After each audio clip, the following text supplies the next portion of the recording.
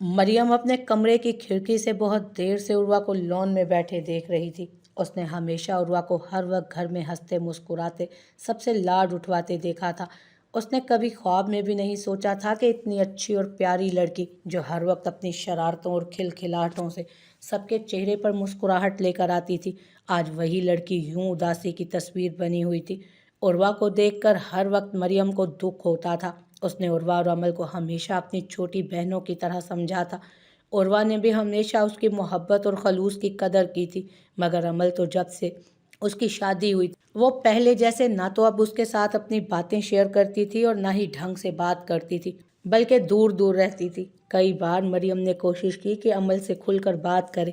आखिर ऐसी क्या बात है कि वो बचपन के साथ से जी चुराने लगी थी, और फिर यूं अर्श पर इतना बड़ा इल्ज़ाम लगाना, अर्श से निकाह करना। उन दोनों में वक्त और हालात ने मज़ीद दूरियां और रंजिशें पैदा कर दी थी। वो अली और रामीन को कितनी बार कह चुकी थी कि वो उसकी खातिर अमल से मुंह ना मोड़े, आखिर वो उनकी बेटी है। मगर वो दोनों यही कहते थे कि अमल ने माँ बाप की इज्जत की परवाह किए बगैर घर से कदम बाहर निकाला था, इसलिए अब अमल के साथ उनका कोई रिश्ता नहीं। मगर वो जानती थी कि वो दोनों अमल के लिए कितना परेशान रहते थे, मगर एक औरत होने के नाते अमल के बारे में अर्श से बात करने की हिम्मत उसमें भी नहीं थी।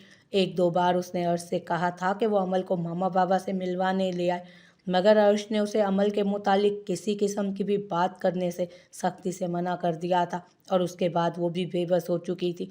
और अब पिछले कई महीनों से सब उर्वा के लिए बहुत परेशान थे। उर्वा के साथ जो कुछ भी हुआ, उसके बाद भी अर्श और घर वालों का रवैया उसके साथ बिल्कुल पहले जैसा था। वो तो सोचती थी कि हुरैन मामी को या अर्श को अब उसके रोहान की बहन होने की वजह से उससे नफरत हो जाएगी, मगर अर्श और हुरैन मामा तो अभी भी वैसे ही उससे प्यार करते थे और उसकी फ़िक्र करते थे। रोहान की वजह से किसी ने उसे सख्त निगाह से भी नहीं देखा था, हालांकि वो खुद शर्मिंदा सी रहती थी, क्योंकि उसके भाई ने उन अजीम लोगों के सामने उसे सर उठाने के काबिल भी नहीं छोड़ा था। वो उर्वा के लिए बहुत दुआएं करती थी कि खुदा उस मासूम लड़की को फिर से वैसे ही हंसता मुस्कुराता कर दे, मगर वो ये नहीं जानती थी कि हर दुआ कहाँ कबूल होती है। वो कदम कदम चलती लॉन में आई थी और वह अभी भी किसी गहरी सोच में डूबी थी। उसके चेहरे पर रकम कुर्ब ने मरियम को सर झुकाने पर मजबूर कर दिया। वह आहिस्तगी से उसके सामने वाली कुर्सी पर आकर बैठ गई थी। उर्वा, धीरे से उसने उर्वा को पुकारा था, मगर शायद वो दिमागी तौर पर वहाँ मौजूद ही नहीं थी, इसलिए उसने मरियम की पुकार नहीं सुनी और हनूस खामोश किसी गैर मर्ई नुक्ते को तकती रही। उर्वा, उर्वा। इस मर्तबा मरियम ने कदरे बुलंद आवाज़ में उसे पुकारा था। उर्वा एकदम चौंकी और नासमझी से मरियम को देखने लगी। यहाँ अकेली क्यों बैठी हो? मरियम ने झिझकते हुए बात का आगाज़ किया। वैसे ही, उर्वा ने संजीदगी से दो लफ्ज़ी जवाब दिया और सामने लगे पौधों को देखने लगी। तबीयत कैसी है? मरियम के सवाल पर उर्वा ने महज सर हिलाया। मरियम लब भींच कर रह गई। वह भाई ने बहुत गलत किया, मगर एक शख्स पर जिंदगी खत्म नहीं हो जाती उर्वा। मेरी दुआ है कि खुदा तुम्हारे नसीब अच्छे करे। मरियम ने सर और निगाहें झुकाए बहुत हिम्मत करके बात जारी रखी, मगर उर्वा हनूस खामोश थी। मुझे मुआफ, ये पौधा देख रही हैं आप? उसने सामने लगे पौधे की जानिब इशारा करते हुए मरियम की बात काटी थी। मरियम ने बेसाख्ता उस जानिब देखा जहां उर्वा ने उंगली से इशारा किया था। वो एक सूखा व मुरझाया हुआ पौधा था। यकीनन किसी बाइस वो पौधा मुर्दा हो चुका था। अब मरियम ने नासमझी से दोबारा उर्वा की तरफ देखा। ये मुर्दा हो चुका है, जैसे इस पौधे में ज़िंदगी की कोई रमक नहीं है ना, ऐसे ही अब मेरी ज़िंदगी है, बिल्कुल इस पौधे की तरह। मेरे अंदर भी जीने की कोई उम्मीद नहीं है। मेरे वजूद में सांसें चल रही हैं, मगर ज़िंदगी ख़त्म हो गई है। आप जानती हैं, मैं महज जिंदा लाश हूँ। मेरे जज्बात, ख्वाहिशात, खुशियाँ सब खत्म हो गई हैं।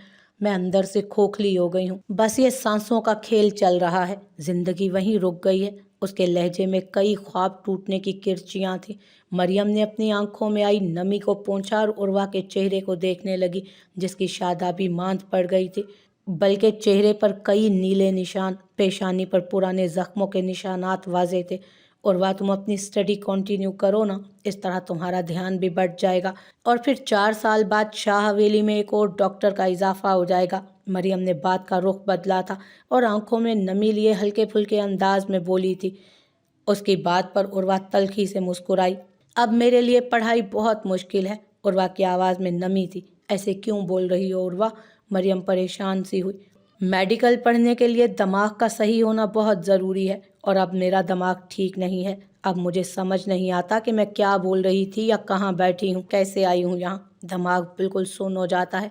अब मैं मेडिकल नहीं पढ़ सकूंगी। उर्वा के चेहरे पर एक के बाद एक अजियत भरे तासुरात आ रहे थे। मरियम से मजीद कुछ ना बोला गया और वो अपने आंसू पोंछती उर्वा को फिर कहीं खोया देखने लगी। अशल बेटा, मैंने तुम्हें मना किया था ना यहाँ आने से। वो अभी थोड़ी देर पहले ही शाह हवेली आई थी, मगर अशल को सामने देखकर उनके औसान खता हो गए थे। अशल तो हॉस्टल में था, फिर वो यहाँ क्यों आया था? उन्होंने इधर उधर देखते हुए उससे कहा, मामा मैं सिर्फ एक बार उर्वा को देख लूँ। अशल के लहजे में बेबसी थी। वो इल्तजाइया अंदाज में पूछ रहा था, नहीं बेटा, ये ठीक नहीं है। पहले ही रोहान ने उस मासूम बच्ची पर इतने बहतान बांधे हैं, मजीद तुम उसे मुश्किल में मत डालो। रामीन ने अपने बेटे की आंखों में नमी देखते हुए से नरमी से कहा, मामा मैं सिर्फ एक बार उसे देखना चाहता हूँ, एक बार मिलना चाहता हूँ। वो दोनों हाथ थामता उनके मिन्नत कर रहा था। रामीन ने नफ़ी में सर हिलाया। अशल तुम्हें मेरी कसम, जो तुम उर्वा से मिले या कोई भी कोशिश की तुमने उर्वा से मिलने की। उनके अंदाज में सख्ती थी। अशल ने बेबसी से उन्हें देखा। मामा हाँ, तुम नहीं मिलोगे। खबरदार, अगर तुम्हारी वजह से उर्वा को मज़ीद किसी मुश्किल का सामना करना पड़ा, मैं तुम्हें कभी माफ़ नहीं करूँगी। वो हतमी अंदाज में बोली। अच्छा आप ही बता दें कि अब वो कैसी है? अशल ने थके हुए अंदाज में पूछा तो रामीन आंखों में नमी लिए अपने बेटे को देखने लगी, जिसकी आंखों में उर्वा के लिए बेपनाह मोहब्बत थी। इतना कुछ हो गया उसके साथ, कैसी हो सकती है? मुस्कुराना तो दूर की बात, वो बात भी नहीं करती, बस खामोश रहती है। तुम दुआ करो कि खुदा उसे सब्र दे और उसकी ज़िंदगी में भी खुशियाँ आए। रामीन उर्वा की वीरान आंखों को याद करते बोली थी, जबकि अशल ने एक लम्हे के लिए कुर्ब से आंखें बंद की और फिर उन्हें देखा। रोहान से डिवोर्स क्यों नहीं दिलवा रहे जामिन अंकल और अर्श भाई उसे? वो घटिया इंसान उर्वा के काबिल ही नहीं है। अशल गम और गुस्से के मिले जुले तासुरात लिए बोला था, तुम फिक्र मत करो, वो उसके बाप और भाई हैं, उन्हें बेहतर पता है कि क्या करना है। तुम बस इतना करो कि तुम्हारी वजह से कोई उर्वा से सवाल ना करे। प्लीज़ आइंदा मत आना यहाँ। रामीन ने अपना लहजा मज़ीद सख्त बनाया था, जबकि अशल ने इस बात में सर हिलाया और वापस मुड़ गया। मामा, अशल के जाने के बाद वो अभी ऐसे ही खड़ी अशल की तकलीफ़ याद कर रही थी, जब मरियम की पुकार ने उन्हें उनकी तरफ मुतवज्जो किया। यहाँ अकेली क्यों खड़ी हैं? अशल आया था क्या? मुझे उसकी आवाज़ आई थी। मरियम की बात पर रामीन ने चौंक कर उसे देखा। हाँ वो आया था, वो मुझे बुला रहा था। एक्चुअली वो अभी हॉस्टल से आया है ना, तो मुझे यहाँ बुलाने आ गया। वो इधर उधर देखते बोली थी, मकसद अपनी आंखों की नमी छुपाना था। मुझसे क्यों नहीं मिला वो? ऐसे तो कभी भी नहीं करता था वो। मरियम परेशान सी पूछने लगी, बेटा वो घर गया है, तुम आ जाओ, मिलकर चलते हैं। खुद ही पूछ लेना फिर उससे कि तुमसे क्यों नहीं मिला। रामीन ने मुस्कुराते हुए कहा तो मरियम ने इस बात में सर हिलाया। जी ठीक है, मैं हुरैन मामा को बता कर आती हूँ, फिर चलते हैं आपके साथ। वो कहते हुए हुरैन के कमरे की जानिब बढ़ गई, जबकि रामीन की आंखों से एक आंसू निकल कर गिरा था। या अल्लाह, मेरे बच्चों की आजमाइश ख़त्म कर दे। मेरा कोई बच्चा सकून में नहीं है, कोई खुश नहीं है। मेरी मरियम को औलाद से महरूम ना रख। तेरे ख़जाने में तो कोई कमी नहीं। मौजज़ा कर दे मेरे मालिक, मेरी बच्ची को औलाद दे दे और मेरा अशल जिस तकलीफ़ से गुज़र रहा है उसे दूर फरमा दे। मेरे बच्चे को सब्र आ जाए और मेरी अमल पता नहीं वो कैसी है, मेरी बच्ची को सीधा रास्ता दिखा मेरे अल्लाह। मेरे बच्चों को ढेरों खुशियाँ दे और उर्वा की परेशानियाँ दूर कर दे मेरे मौला। उस बच्ची ने किसी का क्या बिगाड़ा है? वो तो बहुत मासूम है, उसको खुशियाँ नसीब हों। मरियम को दूर से आता देख उन्होंने अपने आंसू पोंछे थे। उनका फ़ोन मुसलसल बज रहा था और वो उर्वा के कमरे में थी। मरियम वैसे आज रामीन के साथ घर गई हुई थी। जब वो कमरे में दाखिल हुई तो मुसलसल बजते फ़ोन की जानिब बढ़ी थी। अर्श का नंबर देखकर उन्होंने गहरा सांस लिया। वो जानती थी कि अर्श उन्हें मुसलसल क्यों कॉल कर रहा है। अस्सलामुअलैकुम मॉम, कैसी हैं आप? उनकी कॉल पिक करते ही अर्श की आवाज़ मोबाइल स्पीकर से उभरी थी। वालेकुम अस्सलाम, मैं ठीक हूँ, तुम कैसे हो? हुरैन सोफे पर बैठते हुए बोली थी। तभी कमरे में जामिन शाह दाखिल हुए। ठीक हूँ मॉम, आपसे बात करनी थी। जामिन शाह हुरैन के साथ आकर बैठ चुके थे। हाँ बोलो अर्श, सुन रही हूँ मैं। हुरैन ने एक नज़र जामिन शाह को देखते हुए कहा। मॉम, आपने डैड से कहकर मेरा ट्रांसफ़र कराची करवाया है ना? अर्श की आवाज़ में बेबसी थी, जबकि हुरैन ने महज हंकारा भरा। आपने ऐसा क्यों किया? अर्शा की आवाज़ में नासमझी थी। मुझे और तुम्हारे डैड को यही मुनासिब लगा, क्योंकि अब तुम इतने खुद मुख्तार हो गए हो कि माँ बाप की बात की तुम्हारे सामने कोई औकात नहीं है। हुरैन के लहजे में तंज की आमेजिश थी। अर्शा लब भींच कर रह गया। ऐसा क्यों किया आपने मॉम? आप ऐसा क्यों कह रही हैं? मैंने तुम्हें कहा था कि मरियम को अपने साथ रखो, जैसे अमल को रखा हुआ है, लेकिन तुम अकेले चले गए। अब अच्छा है ना, तुम दोनों को साथ भी रखोगे और हमारे सामने भी रहोगे। हुरैन ने जामिन शाह को देखते हुए बात मुकम्मल की तो जामिन शाह ने उनकी बात पर सर हिलाया। मामा, वो दोनों साथ कैसे रहेंगी? अर्श की आवाज़ में फ़िक्र थी। यह तुम्हारा मसला है कि तुम दोनों को कैसे रखते हो अर्शा। हमें तुमसे मज़ीद किसी बेवकूफ़ी की उम्मीद नहीं है। 2-3 दिन में यहाँ पर पहुँचो। खुदा हाफिज़। जामिन शाह ने हुरैन से मोबाइल लेकर अर्श को कहा और फ़ोन बंद कर दिया, जबकि हुरैन अब खामोशी से उन्हें देखने लगी। मुझे मरियम के लिए बिल्कुल भी अच्छा नहीं लगता। वो अच्छी बच्ची है, बहुत कुछ कहती नहीं, मगर मुझे पता है कि वो अंदर से कितना टूटी हुई है। अपने शोहर को किसी दूसरी औरत के साथ तसव्वुर करना ही तकलीफ दे है। वो तो फिर इस अजियत से गुजर रही है। वो अफसरदा सी बोल रही थी। ठीक कह रही हो तुम। मरियम बेजरर सी बच्ची है, ना शिकवा शिकायत करती है और ना ही कुछ और कहती है। अर्श को भी माफ़ कर दिया, हमसे भी उसने शिकवा तक नहीं किया। जामिन शाह मरियम को याद करते बोले, इसीलिए तो मैं चाहती हूँ कि अर्श यहीं पर रहे।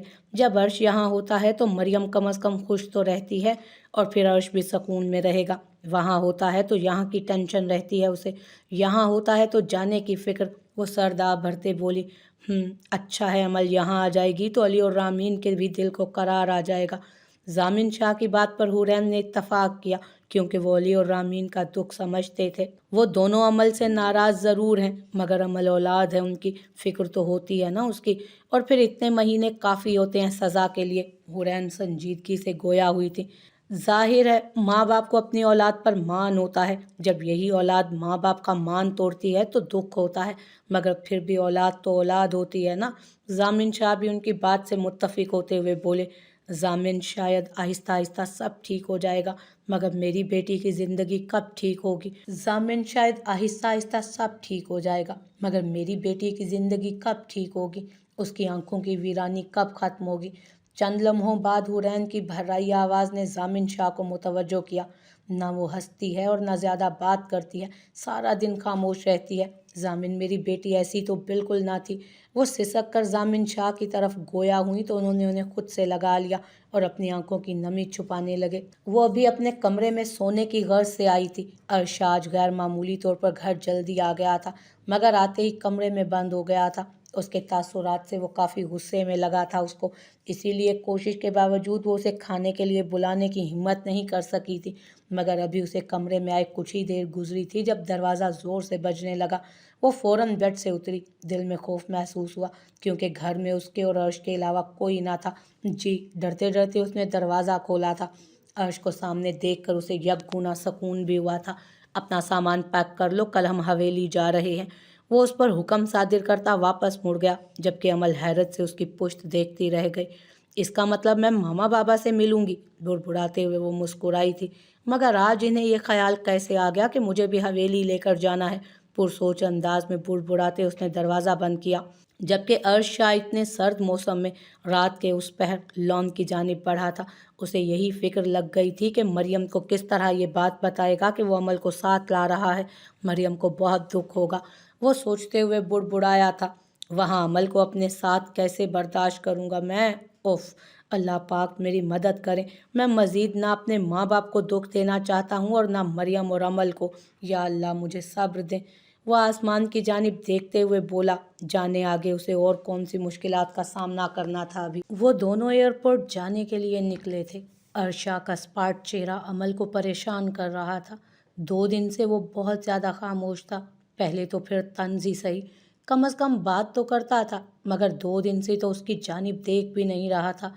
सुने, वो धीरे से उसे पुकार गई। अर्शा ने सवालिया अंदाज में अबरू उचकाए, आप मुझे हवेली क्यों ले जा रहे हैं? जहन में आया सवाल वो अपनी ज़ुबान पर ले ही आई थी। अर्शा ने गहरा सांस लिया। मॉम डैड का हुक्म है, वो मुख्तसर बोला था। लहजा हमेशा की तरह सर्द था।